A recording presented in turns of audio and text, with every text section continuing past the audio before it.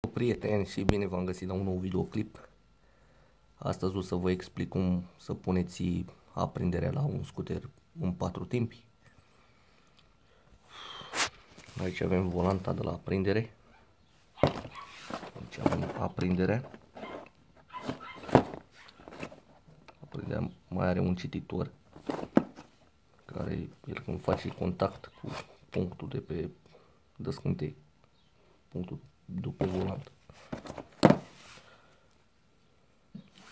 Aprinderea mai are o pană care vine pe ambelaj. Și să nu uitați, aprinderea vine cu cele două cititoare care sunt îmbrăcate în sus. Nu cumva să le puneți care două șuruburi care de obicei nu prea vă dați seama cum vin. Deci niciodată să nu puneți așa. Așa este corect. Haideți să vă explic cum montăm. Punem aprindere.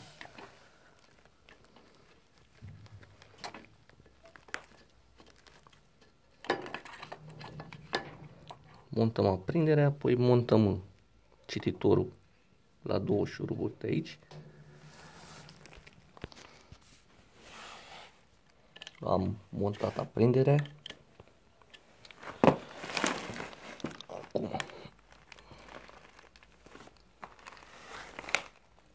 pe axul de la ambelaj avem o fantă care trebuie pusă pana și apoi pusă volanta.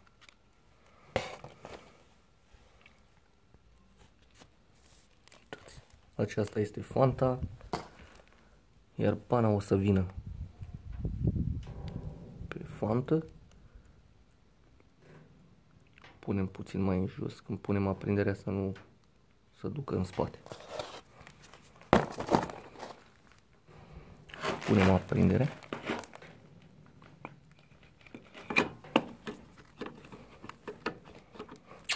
Vedeți ce v-am spus prima oară, să nu se ducă în spate. Punem puțin mai în față. Aplicat puțin.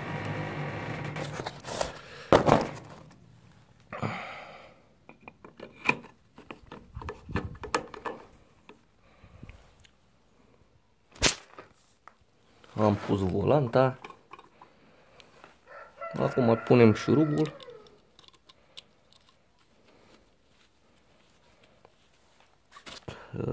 Normal la scuterele în 4 timp merge o cheie de 14.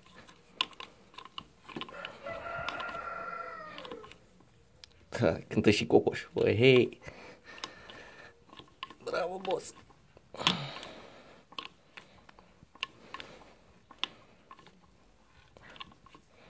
Da, pentru a o fixăm, vă trebuie un levier, ceva forțat puțin, dați cu cheie. Trebuie să o lăsați nici slabă, că apoi zboară.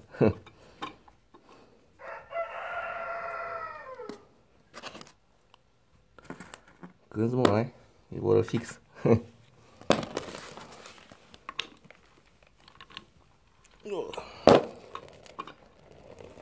Cam asta este demonstrația care am vrut să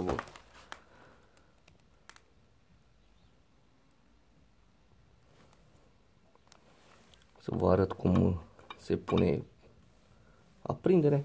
V-am zis cu cititoarele cele două în sus, niciodată să nu le puneți în jos, pentru că nu o să meargă.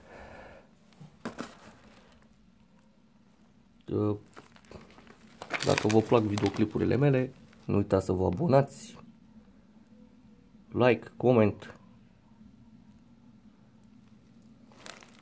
Vă aștept la un nou videoclip. Vă salut!